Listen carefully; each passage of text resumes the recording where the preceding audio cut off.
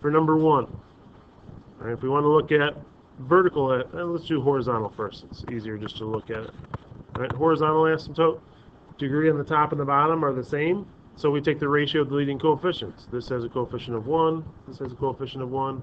So y equals 1 is our horizontal asymptote. Now for the vertical, remember we want to factor the top and the bottom just to see if anything cancels out.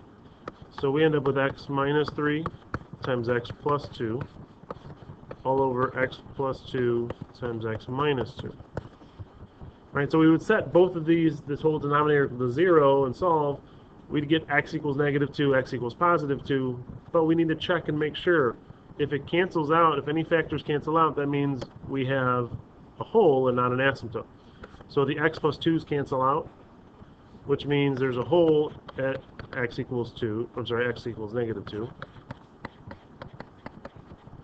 We don't necessarily have to include that in our answer because it's just asking for asymptotes, but just as a reference in your notes, it's good to have it there. So the only thing we have left in the denominator is x minus 2. So if we set that equal to 0 and solve, we get x equals 2. That's our vertical asymptote.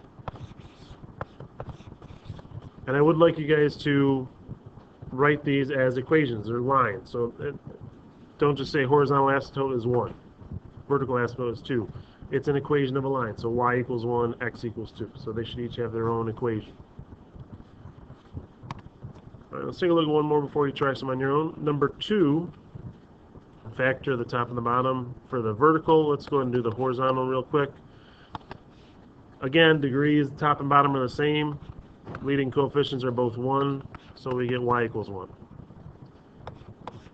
Right, if it was like 3x cubed over 4x cubed, we'd have 3/4. And now we want to go ahead and factor the top and the bottom. So up top, we can take an x.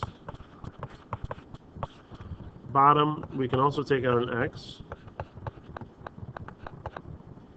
And then we can factor that one a little bit more.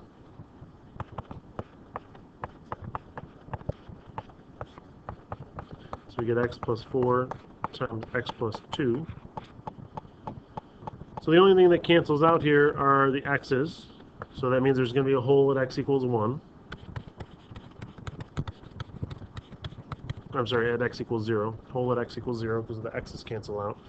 And then if we set the other two factors in the denominator equal to 0, we're going to get x equals negative 4 and x equals negative 2 as our vertical asymptotes.